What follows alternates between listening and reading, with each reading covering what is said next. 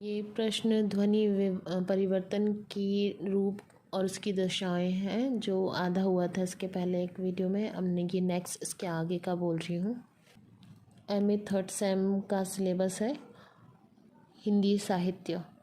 तो इसमें हमने अपूर्ण समीकरण तक पढ़ा था और नेक्स्ट हमको 6 नंबर पर पढ़ना है विषमीकरण।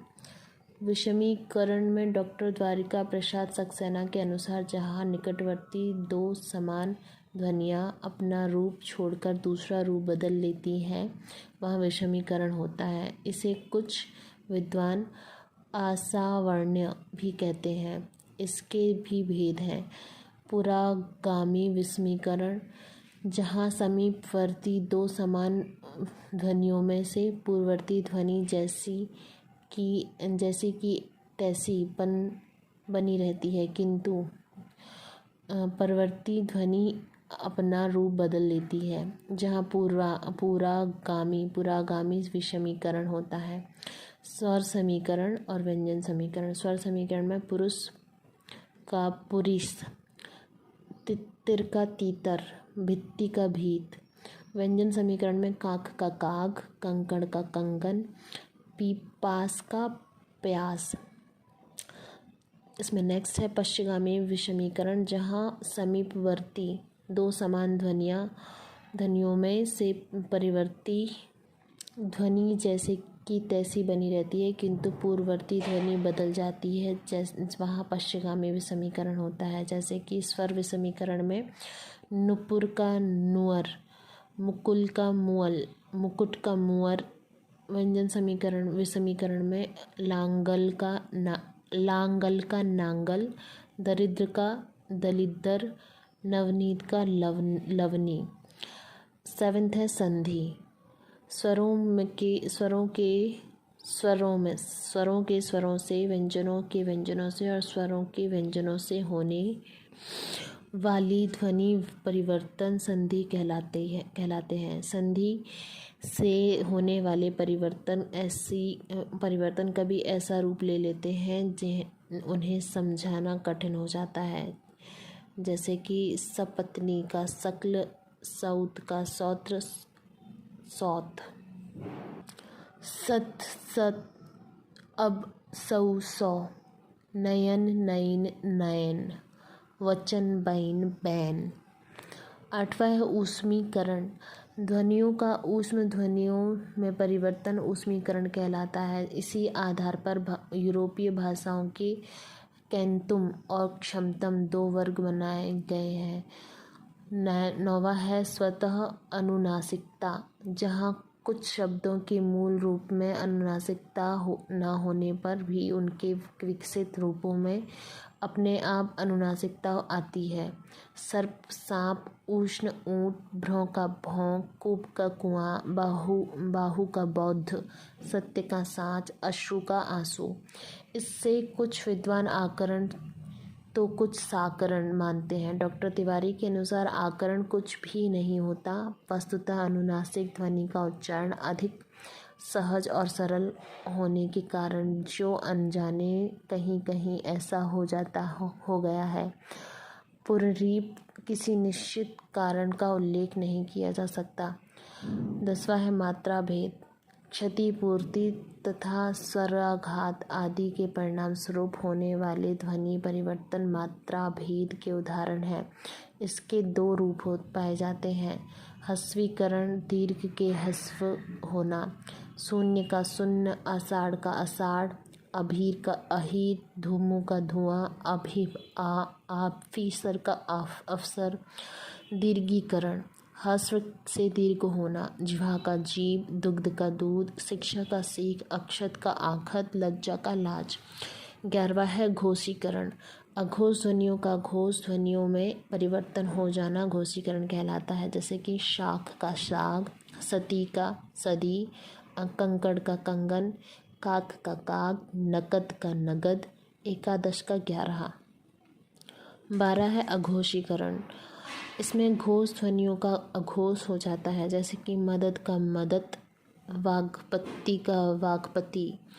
13वां है महाप्राणीकरण, जहाँ अल्प प्राण ध्वनियाँ महाप्राण बन जाती हैं। वाष्प का भाव, शुष्क का सूखा, धृष्ट का ढीठ, ग्रह का घर, हस्त का हाथ, वृश्चिक का बिच्छू। 14वां है अल्प प्राणीकरण, जहाँ महाप्राणी ध्वनियाँ अल्प प्राण हो जाती हैं, जैसे कि वष्ठी का वष्ठी, भूख का भूख, भागिनी का बहिनी, भीख का भीख। 15वां है आय श्रुति या अक्षरावस्थान, जहाँ शब्दों के अंतर्गत व्यंजनों के यथावत रहते हुए केवल उनके स्वरों में आंतरिक परिवर्तन पाया जाता है, वहाँ अवश्रुति या अक्षरावस्थान होता है। इस अनुश्रुति के कारण केवल ध्वनि परिवर्तन नहीं होता, अपितु रूप परिवर्तन एवं अर्थ परिवर्तन भी होता है। डॉक्टर द्वारिका प्रसाद सक्सेना के अनुसार है ये। जैसे कि हिमार का गधा, किताब का पुस्तक, कत्ल का मरण, फुट का पैर या नाप, हमीर का गधे, कुतुब का पुस्तकें, कातिल का मारने वाला, फीट का पैरों या फीटों। 16वां है अभिश्रुति या अक्षर परिवर्तन, जहाँ किसी शब्द में पहले तो किसी समान स्वर का आगमन हो जाता है और फिर कालांतर में वह स्वर परिवर्तित हो जाता है, वहाँ अभिश्रुति होती है। डॉक्टर सक्सेना ने इसे इस रूप में स्पष्ट किया है, जैसे कि मनी का मानी, मायनी का मैन। उक्त उदाहरण में मनी शब्द के अंतर्गत ई पहले से ही विद्वान थे। तो अभिश्रुति या अक्षर परिवर्तन में जहाँ किसी शब्द में पहले तो किसी समान स्वर का आगमन हो जाता है, फिर कालांतर में वह स्वर परिवर्तित हो जाता है, वहाँ अभिश्रुति होती है। डॉक्टर सक्सेना ने इसे इस रूप में स्पष्ट किया है। ये पढ़ चुकी हूँ ना मैं, ठीक है, फिर से पढ़ देती हूँ। मनी का माइन मैन, उक्त उदाहरण में मनी शब्द के अंतर्गत ई पहले से ही विद्वान थी, उसी के अभाव के कारण पहले मध्य में ई का आगमन हुआ और तत्पश्चात वह में परिवर्तित हो गई, जिससे मनी शब्द परिवर्तित होकर मैन हो गया। 17वां है अपितनित या समस्वरागम। इस नियम की चर्चा डॉक्टर द्वारिका प्रसाद सक्सेना ने इस प्रकार की है, जहाँ किसी शब्द के आरंभ या मध्य में किसी ऐसे स्वर का आगमन हो जो पहले से ही उस शब्द में विद्यमान हो, वहाँ अपनिहित नामक ध्वनि परिवर्तन होता है। यथा संस्कृत का अवस्था, भवती का भावयति, अरुष का अरुषो, तरुण का तौरुण। उक्त उदाहरणों में सर्वप्रथम भवती शब्द में ई स्वर विद्यमान था, अतः अवस्था के भवइति शब्द में ई का आगमन हो गया। अरुषः शब्द में ऊ स्वर पहले से ही विद्यमान था, इति उसी प्रकार अवस्था के औरुषों में ऊ का आगमन हो गया। इसी प्रकार तरुण शब्द में भी ऊ स्वर पहले से विद्यमान था, परिणामतः अवस्था में तरुण शब्द में ऊ का आगमन हो गया। 18वां है भ्रामक व्युत्पत्ति, जहाँ जनसाधारण में विदेशी या अपरिचित शब्दों के उच्चारण अपने मनमाने अर्थ के आधार पर होने लगता है, वहाँ भ्रामक व्युत्पत्ति नामक ध्वनि विकसित दृष्टिगोचर होता है। जैसे कि लाइब्रेरी का रायबरेली, एडवांस का अठवांस, इंतकाल का अंतकाल। तो ये था ध्वनि परिवर्तन के रूप और उसकी दशाएं। इसमें मैं एक बार आपको सब लाइन से बोल देती हूँ। इसमें पहला था स्वयंभू, दूसरा था परोद्भूत, तीसरा है लोप,